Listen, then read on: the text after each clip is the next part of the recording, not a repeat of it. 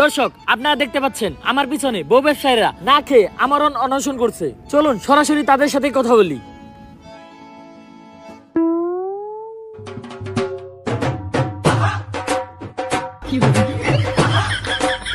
আপনারা কিসের দাবিতে না খেয়ে এই আন্দোলন চালিয়ে যাচ্ছেন? জান পানি খাও পানি খাও।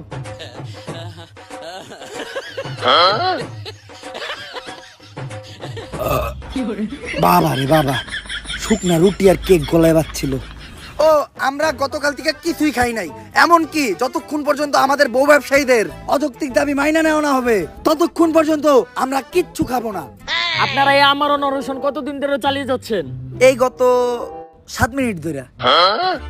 তবে এই 7 মিনিটে আমরা 1 ডজন কলা, 10টা কেক, 5টা রুটি আর 10 লিটার পানি ছাড়া কিচ্ছু খাই নাই। এমনকি আমাদের দাবি মানার আগ পর্যন্ত এগুলা ব্যতীত আমরা আর কিচ্ছু খাবো না। তুমি কে আমি কে,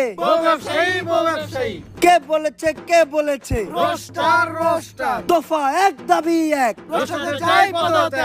তো আপনাদের কি মনে হয় এই সকল বাধা বিপত্তি পেরিয়ে আপনারা কি এই আন্দোলন চালিয়ে যেতে সক্ষম হবেন? সক্ষম হব না মানে কে আটকাবে আমাদের? দুনিয়ার কাউকে দেখে আমরা ভয় পাই না। আমাদের দাবি দাবা না মানা পর্যন্ত আমরা এই আন্দোলন থেকে উঠবো না। আমি জানতে পেরেছি আপনাদের এই আন্দোলন ভঙ্গ করতে এক বিশাল ছাত্র সমাজ এদিকে রওনা দিয়েছে। তা আপনারা এই ছাত্রদের সাথে কিভাবে মোকাবেলা করবেন? ছাত্র সমাজের দিকে রওনা দিছে, তাড়াতাড়ি সবকিছু গুছা, আন্দোলন বাদ দে, উঠ।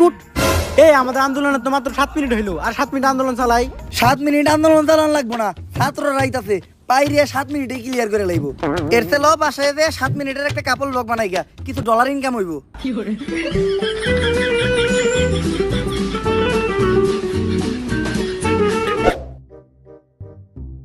কিরে বন্ধু, তোরা দেখি অনেক চিন্তিত মনে হইতেছে।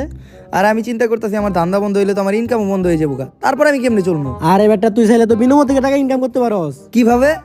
প্রথমে ভিডিওতে দেওয়াবি তো আর দেরি কিসের, এক্ষুনি আমার এই ভিডিও ডেসক্রিপশন বক্স এবং কমেন্টে দেওয়া লিংক থেকে যা, ইনভেস্ট কর আর কম ইনভেস্টে অনেক বেশি প্রফিট কর। এই দেশ স্বাধীন হওয়ার পর থেকে দেশে একের পর এক আন্দোলন। 2 দিন আগেই আনসার করে ক্লিয়ার করলাম, এখন আবার বউ ব্যবসায়ীরা আন্দোলন করতেছে।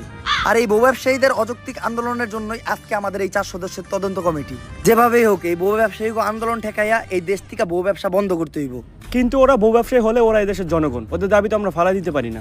তাই বলে এই ধরনের অযৌক্তিক দাবিও তো আমরা মানতে পারি না। কাপল ব্লগার কো ফলে কি এই দেশ কোনোভাবে উপকৃত হইতাছে? স্যার আপনি কি কোন? কাপড় ব্লগ অতটা খারাপও না, আমি তো প্রতি রাইতেই দেখি কি সুন্দর সুন্দর কন্টেন্ট। তুই তো কাপল ব্লগার কো সুন্দর সুন্দর কন্টেন্ট দেখতে ঢুকোস না, তুই দেখতে ঢুকোস আগো সুন্দরী বউ। কিন্তু স্যার আপনার কাছে একটা পরামর্শ থাকবো, আপনি মাঝে মাঝে দেখেন, খুব মজা পাইবেন। আরে আগে দেখতাম আমি, কিন্তু এখন দেখি না, কারণ কাপল ব্লগ দেখলে নিজের কন্ট্রোল করতে পারি না। আরে এটা তুমি কি বলো? সামান্য কাপড় ব্লগ দেখে নিজের কন্ট্রোল করতে পারো না, এটা তো দুর্বল পুরুষের পরিচয়। আমাকে দেখাও এই সামান্য কাপড় ব্লগ দেখে আমার ভিতরে কোনো ফিলিংসই কাজ করবে না।